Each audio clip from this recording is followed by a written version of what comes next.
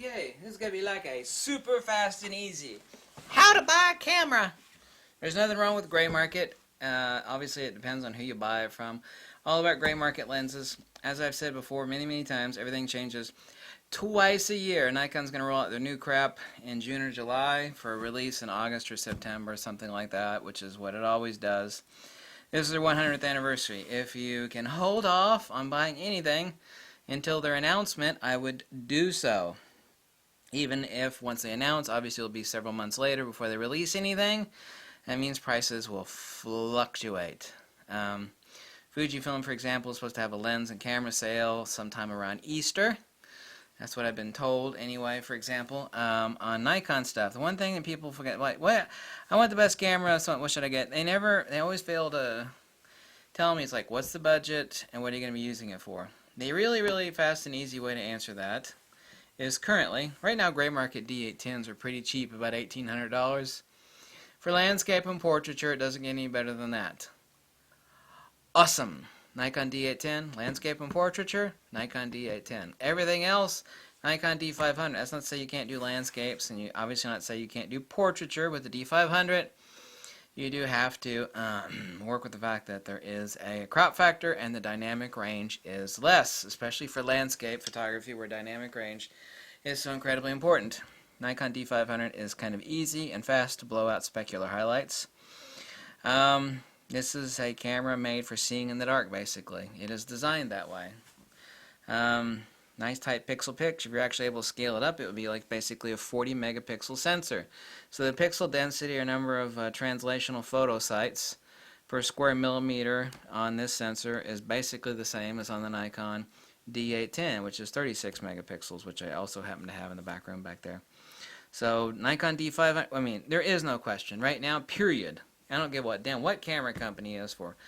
Action, wildlife, sports, right here. Nikon D500 or equally valid Nikon D7200.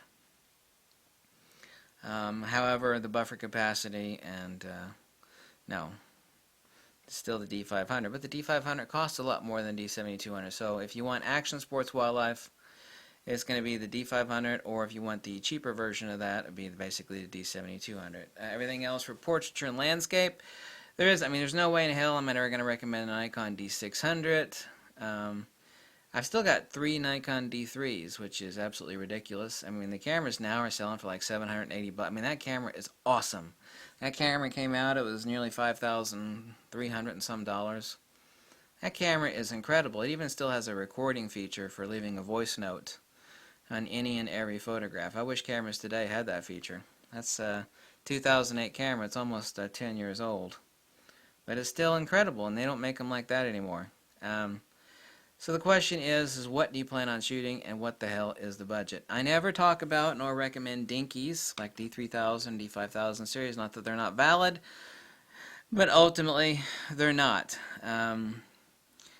I work from the philosophy that I'd rather have a used Mercedes than a new, one of those little Ford Escorts. What the hell with a little compact piece of crap? Beep beep. You know the cars I'm talking about? It's like, well, I got $6,000. I could buy a used BMW, which is so sexy. Or I could buy that brand new piece of beep beep. And I am definitely of the philosophy, which is not mine, but based upon logic and wisdom and common sense. I'd rather have a used Beamer than a new piece of crap for the same amount of money. I don't recommend D5000, D3000 series cameras. I mean, if it's perfectly fine, valid as a backup, that's all the money you got, that's fine. I mean, you say, well, I've only got $500 or $600 to spend. Well, that's fine. That's good enough to get you a Nikon D700. That's enough to get you a Nikon D3. Which would you rather have? A camera that was $5,500 in 2008 for $700, or a new piece of plastic Thailand crap for the exact same amount of money? $700 to spend, $800 to spend, camera and lens. See, I got a choice. I get the plastic piece of poo made in Thailand, and it's brand spanking new, or I can get the gently loved piece of awesome made in Japan that used to be $5,500. Yeah, that's a really tough choice for anybody that has more than 2 brain cells. Really tough choice, meaning not tough at all. So if you can wait until June or July, which is when Nikon will announce, obviously it will be months later before they come out with something, no big deal. Fuji's already blown their wad for the year. Fuji has blown it. Fuji has reached climax for the year, which is fine. X100F, the GFX, the medium format, bow, bow, oh, I'm saving for that camera. Yes, I am saving. If I had a bunch of money, I would have bought it right now, but I'm not. There's a lot of people out there ignorantly think, like, you got a lot of camera gear, you must be rich. Like, no, I'm not. You see me making any videos from Switzerland? Hi, this is Ken Wheeler, Uncle Fester. May I come and do live from Switzerland? No, you don't see me doing that, do you? It's because I'm not a shill and a gear pimp like the rest of these schmucks that are always, join me on Patreon and make a donation. Patreon, click on the hot link below. Buy our books. Yeah. Yeah, those people are making some bank. I guess that makes them smarter than me in that they're sellouts, It's like, they're always getting a phone call from, like, yeah, you'll send us some free camera gear if we, talk it up really good? Yeah, send that stuff right away. I'll talk it up. Yeah. You know what I'm talking about? The people that complain about me also fail to mention the fact that I don't sell any camera gear, nor do I have any hot links. And I've certainly got more experience with the gears than the rest of those people combined. And I know how they work, and I can fix a lot of that stuff too. When you tear stuff down, it means you know more about it. When you know more about it, that means you're more intelligent on making a wise recommendation. That's why I laugh every time I hear someone talk about weather sealing. All you have to do is call up a camera repair place and say, ask them about weather sealed cameras, and then they'll piss themselves laughing. Ask them what cameras are the ones that are most heavily damaged. They're always the weather sealed ones, because people are like, well, this camera's weather sealed.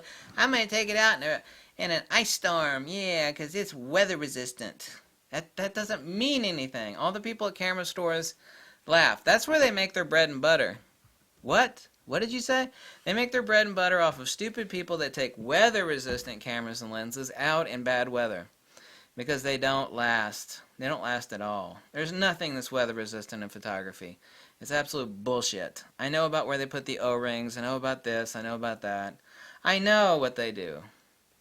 If you forgot, like a couple months ago, I had the Nikon D500 apart. The one that's filming my face right now. It was broken and I fixed it. And it's filming me right now. Yeah. Weather resistance is a lie. Anyway, this is a video about buying the appropriate camera gear. It was not a video about weather resistance. Just need to know what it is you shoot and what's your budget, and also what lenses you do or don't have. Making decisions is very easy and logical. You can say, most people don't say I shoot everything. Some people do, but most people don't.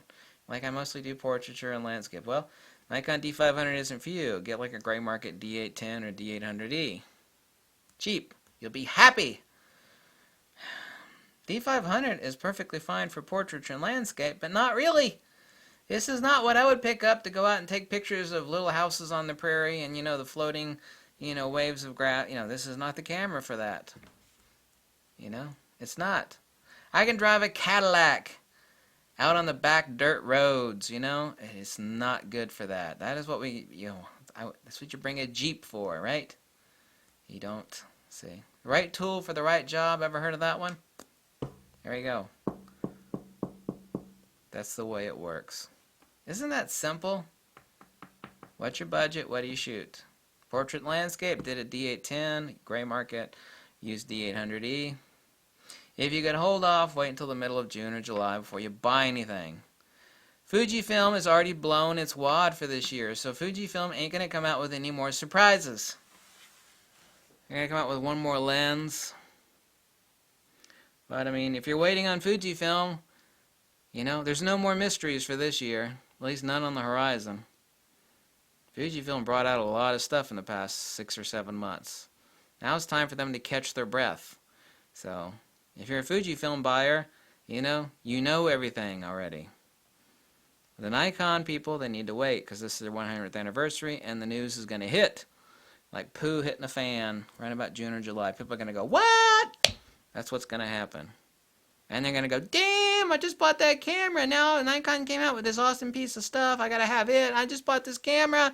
Oh my God. That's what people are going to do if they buy a camera right now, if they could hold off. Okay, so that was an analysis of buying cameras for 2017 for Nikon and Fujifilm. I don't talk about Canon, and I sure as hell don't talk about Leica or Olympus stuff either. Or Sigma especially. Ah! Thanks for watching. Catch you later. If you like this video and drop a buck or two, tell me jump off a cliff, whatever makes you happy. Bye.